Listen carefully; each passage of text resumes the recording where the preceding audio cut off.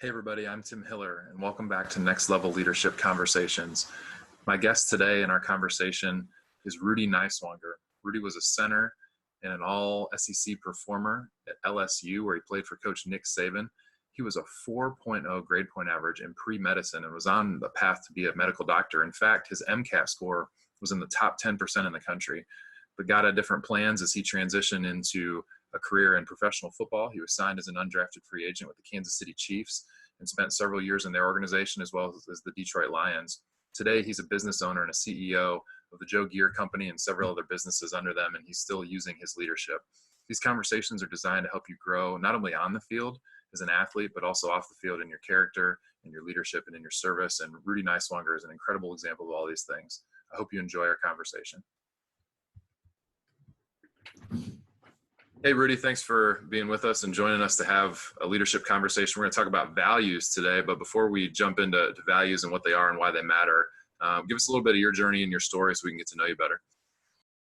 Well, from Louisiana, born and raised there, and I like to think a pretty typical life, but that'll be up for you to say. Born in Louisiana, went to LSU for college, got married when I was in college to my wonderful wife, Patricia. We've got 5 kids. Before all those kids, had a great time at LSU playing football and getting whatever education I could at the time there. And we moved to Kansas City, where I played for the Kansas City Chiefs for a handful of years, and been back in Louisiana now about 9 years. And that's where those 5 kids keep growing, keep getting bigger. Right now, I consider myself a coach. I don't coach sports, but I raise children, lead a home, and lead a group of companies and people where I coach and challenge and teach. And, one of my goals is to help people be the absolute best people they can be so that they're better mothers, fathers, brothers, sisters, and them being better people and growing as themselves as people.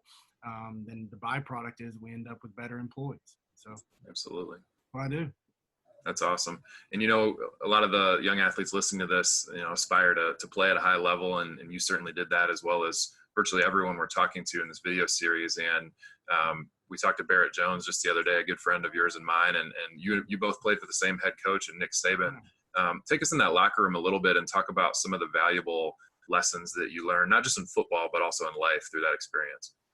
It's interesting you ask about that, because I've been bringing him up a lot lately with what's going on right now with this coronavirus, COVID-19. And one of the things Coach Saban was very good at is he was an extremely intense individual. And the way he defined intensity for all of us was a total focus and concentration on the task at hand. And so what he meant by that was, which I've been sharing with my folks here a lot lately, is whatever you're doing, don't just physically be there, mentally be there. He would say things like, if you're here on the football field, don't be thinking about your classroom. Don't be thinking about your family, your girlfriend. Be on the field. Be here. When you're off the field, maybe you're in study hall, be focused on what you're studying. Don't be thinking about your girlfriend or football or that last play or the next game. Be there. If you're hanging out with your friends or with your girlfriend, be fully engaged and connected with that person, not worrying about football, not worried about school. Wherever you're at, be there. Be focused on that thing. And right now, when there's so many distractions and there's so many things going on in life that are extremely important, you can't control those things except when you're focusing on those. And so, being here at work and worried about what's going on in Italy or what's going on at the business down the street, you can't control that. When I'm at home with my family, I can't control or don't need to be worried about what's going on back at the companies. And so the thing, it applies to you whether you're 8 years old or you're 88 years old. The idea of focusing and being intense with whatever you're doing, be mentally engaged with that topic. Absolutely. And that's so valuable for sports, but every aspect of our life as well.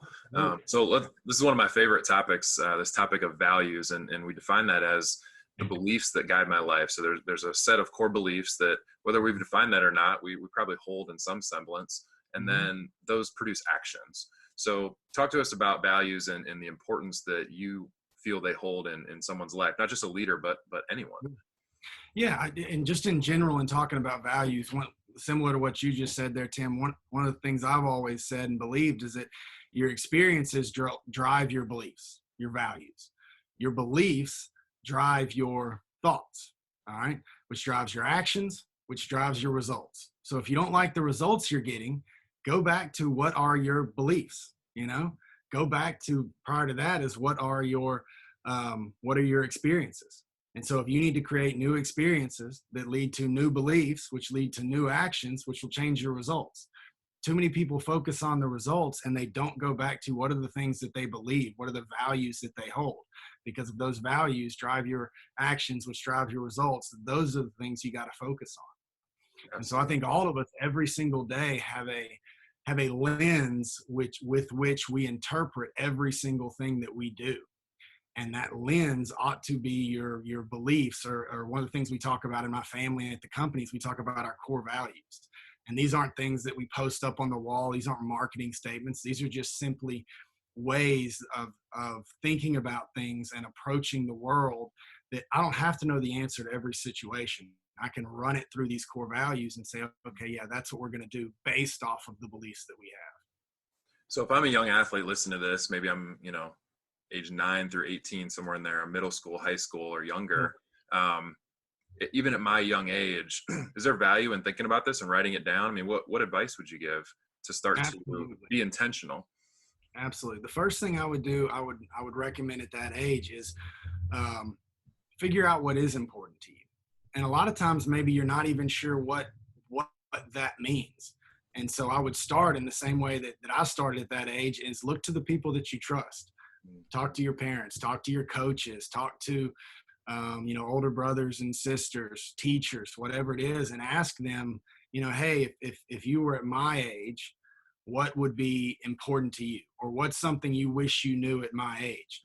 And as you start gathering those things, they can it'll help you piece together things that you'll find are important. Because this isn't stuff that, like, what I tell people about values is you're not creating your values. Okay. You're discovering them. These are things that are already inside of you, particularly if you look at it from the Christian concept, the belief. When you have the Holy Spirit inside of you, that Holy Spirit drives certain beliefs inside of you, which moves itself towards action. And so what you're really doing by having these conversations from other people and hearing what they say, it's not like you're grabbing something and say, oh, I like that, I want that one. It's as you're hearing those things, they're naturally going to resonate and stick with certain things are going to stick with you because they're helping you uncover the values that are already in you. God made each and every one of us extremely unique with our own sets of skills, talents, abilities, thoughts. And he made us unique because he has a unique job for us to do in this world to contribute to his kingdom. And so what you're doing, I recommend at those younger ages, is talking to these other people, because those things will help you uncover the values and beliefs that God has put inside you as an individual. Yeah, and absolutely. And part of this video is they're going to have a chance to click on some things and see some of the Next Level Leader curriculum material that has a value card sort, where they can literally sort out these cards that have some values on them and prioritize and think about what might my values be. And so let's say you do that. I go to a teacher, I go to a coach, I go to a parent, maybe I do that exercise. And then, all right, I've got some words that are, and things that are really important to me. But now how do I live through those? You talked about running decisions through a set of core values in your organization. I'm now that young athlete trying to live these out. What does that practically look like? Yeah, that's a great question. So one, I think you got to define these words. And, Tim, I haven't seen the way that your words or your phrases are set up, but they need to be clearly defined. That's part of the issue that we have today in society, is people use words and they change the way they're defined. Our words are very important because our words shape our reality. That's the way we catalog things, we organize things, is based off of language. And so define those words for you, all right? Whatever that value is, define it for what it means, and then come up with situations that you've either been through and say, you know what, when I did that, say one of my core values is win as a team, okay? When I did this action or had this situation and I did that, that was not in line with that value. When I did this, yeah, that was in line. Or when I saw someone do this, boy, that lined up with it. So you're not only defining these things based off of words, you're defining them based off of situations. And those situations, the more you collect and catalog those things with your values, it helps you run future situations through those, because it's kind of like been there, done that. I know how to interpret this situation because I've already done the math of whether this adds up and fits in line with what I believe or goes against what I believe. Absolutely. And so as we do this, we pick these values, we define them, then we start to do them. Let's say I fall short. How do I get back on track? How do I make an adjustment? So the answer to that is the same thing in anything. First, you recognize that you fell short, and go ahead and start with up front that it is going to happen. So your question, of if, it's not an if, it's a when. Right. All right. We live in a fallen world, and this side of heaven, nobody's perfect. And so you will fall short of these. So the first thing is to recognize that and admit that. Go in to this knowing that you are going to mess it up. And if you go in knowing you're going to mess it up, it's less of a shock to you when you actually do, right? So the first thing is recognize it and admit it. The second one is apologize. One, apologize to yourself because you're not being true to what you believe. But second of all, find anyone else that is related to this and apologize to that person. Be open, be vulnerable. Say, hey, look, I know, and we talk about, we do that in our family. We have a principle of however public the offense was, the apology has to be that public. Mm-hmm. So if I offend my wife in front of my kids, the apology has to be to my wife in front of those kids. And so I would encourage the same thing. One, know it's going to happen.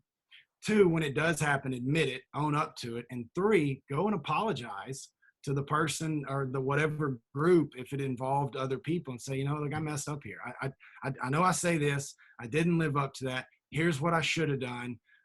Will you please forgive me?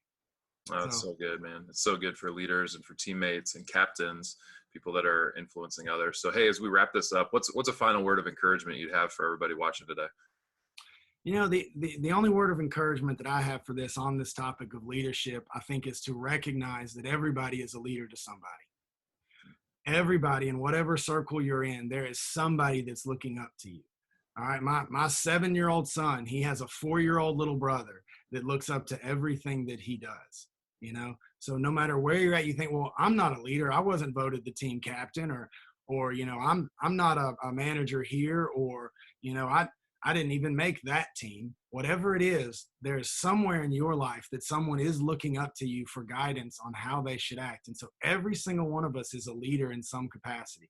And so with that being said, act like it. Absolutely. Recognize that as a truth, and act like it, act accordingly.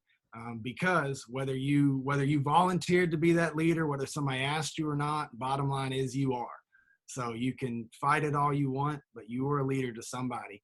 And so we need to act accordingly, particularly in times right now where things are so uncertain. People are looking for a leadership. Somebody's going to be looking to you to see how is this person acting during this kind of crazy time. That's right. So be the leader that you are to whatever group of people that is. So well said, my friend. Hey, you're an inspiration to us. Rudy, appreciate your leadership, your friendship. Thanks for spending some time with us today. Anytime, man. I think it's a really cool idea what you're doing. I appreciate you letting me be a part of it. Oh, our pleasure. Thanks, Rudy.